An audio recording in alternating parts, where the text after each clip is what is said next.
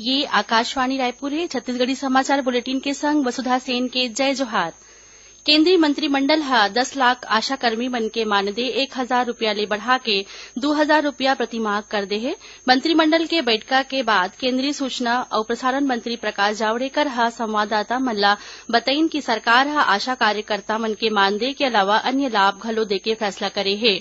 मंत्रिमंडल प्रधानमंत्री किसान योजना के तहत लाभार्थी मन के धनराशि जारी करे के बारे म आधार संबंधी विवरण के अनिवार्यता म घलो छूट दे हे। ये छूट ये बछर के 30 नवंबर तक रही। केंद्र सरकार ह रेडियो और टेलीविजन के क्षेत्र म भारत और विदेशी प्रसारक मन के बीच समझौता के अनुमोदन करिन। सरकार के अनुसार ये समझौता ले लोक प्रशासक ला नवा प्रौद्योगिकी चुनौती और कड़ा प्रतिस्पर्धा के मुकाबला करे के रणनीति बनाए म मदद मिलही। राज्य सरकार ह प्रदेश के शासकीय कर्मचारी मन ला ए बछर के 7वां वेतनमान के एरियर्स के दूसरइया किस्त के भुगतान दिवाली के पहिली करे के घोषणा करिन हे। ए फैसला ले प्रदेश के करीबन 3.5 लाख शासकीय कर्मचारी मन ला फायदा मिलही। वित्त विभाग के अधिकारी मन बताइन हे कि एखर ले राज्य सरकार ऊपर 5.5 करोड़ रूपया के अतिरिक्त वित्तीय भार आही। महात्मा गांधी के 150वां जयंती का मौका म धमतरी जिला के कंडेल ले शुरू होए कांग्रेस के गांधी विचार पदयात्रा आज रायपुर के ऐतिहासिक गांधी मैदान में सिरावत है। आज ऊना के आम सभा में मुख्यमंत्री भूपेश बघेल ह कहिन कि महात्मा गांधी के राष्ट्रवाद महावीर स्वामी गौतम बुद्ध गुरु नानक कबीर बाबा गुरु घासीदास जैसे संत महात्मा और महान विचारक मन ले प्रभावित है। ओमन यहू कहिन कि कंडेल नहर सत्याग्रह के याद ला स्थायी बनाए खातिर और महात्मा गांधी के विचार ला जन जन तक पहुंचाए बर ही कंडेल ले गांधी विचार पदयात्रा शुरू करेगे है। मुख्यमंत्री भूपेश बघेल के मासिक रेडियो वार्ता लोकवाणी के दूसरइया कड़ी के प्रसारण ला 13 अक्टूबर के करे जाही। लोकवाणी में ए दारी के विषय स्वास्थ्य और मातृशक्ति राखे गे है।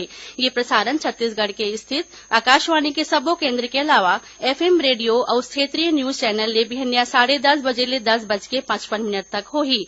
आप मन ला बता दें कि मुख्यमंत्री ह समाज के हर वर्ग के भावना सवाल और सुझाव ले अवगत होए बर संगे संग अपन विचार ला साझा करे खातिर लोकवाणी रेडियो वार्ता शुरू करे है। झीरम घाटी हमला के जांच बर गठित न्यायमूर्ति प्रशांत मिश्रा के अध्यक्षता वाले जांच आयोग के आगू में आज कांग्रेस संचार विभाग के अध्यक्ष शैलेश नितिन त्रिवेदी ह अपन बयान दर्ज करई। ओमन अपन बयान में एक घटना के संबंध में कई महत्वपूर्ण बिंदु मन ऊपर आयोग के ध्यान देवईन। आयोग ला दे बयान में श्री त्रिवेदी ह सवाल उठईस कि 1 नवंबर 2012 में कांग्रेस नेता महेंद्र कर्मा ऊपर होए हमला के बाद काय उखर सुरक्षा के समीक्षा राज्य सरकार डाहर ले करेगे है। ओमन उह पूछिन कि श्री कर्मा ऊपर नवंबर 2012 में होए हमला के बाद उखर अतिरिक्त सुरक्षा के मांग के ऊपर कौन स्तर में विचार या फैसला करेगे है और का कार्रवाई करे गए है। प्रदेश के पुलिस महानिदेशक डीएम अवस्थी ह पुलिस मुख्यालय में पुलिस अधिकारी मन के विरोध में शिकायत के जांच बर शिकायत केंद्र के गठन करीन। कोनो मनखे ला पुलिस अधिकारी या पुलिसकर्मी मन डाहर ले दुर्व्यवहार या भ्रष्ट आचरण के शिकायत मिलथे या ओखर संग अइसन घटना होथे त एखर जानकारी शिकायत केंद्र ला दे सकथे। श्री अवस्थी ह ये संबंध में जिला में तैनात पुलिस अधिकारी कर्मचारी मन ला कहिन कि काखरो खिलाफ शिकायत मिलही त ओखर ऊपर कड़ा कार्रवाई करे जाही।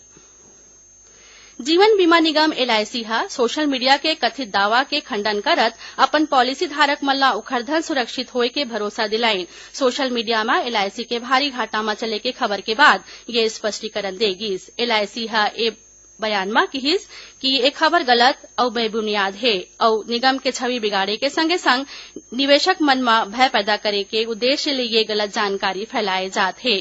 अपन निवेशक मन ला आश्वस्त करत जीवन बीमा निगम हा कहिस कि उखर वित्तीय स्थिति मजबूत है। केंद्रीय मानव संसाधन विकास मंत्री रमेश पोखरियाल निशंक आज बेंगलुरु में भारतीय अंतरिक्ष अनुसंधान संगठन इसरो के मुख्यालय में ध्रुव योजना के शुभारंभ करीन। एक कार्यक्रम में प्रतिभाशाली विद्यार्थी मन के पहचान करे जाही।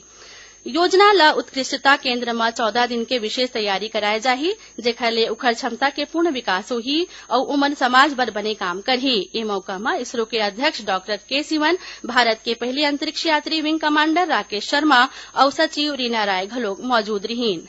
एकरे संग छत्तीसगढ़ी समाचार बुलेटिन इहे सिरावत है। जय जोहार।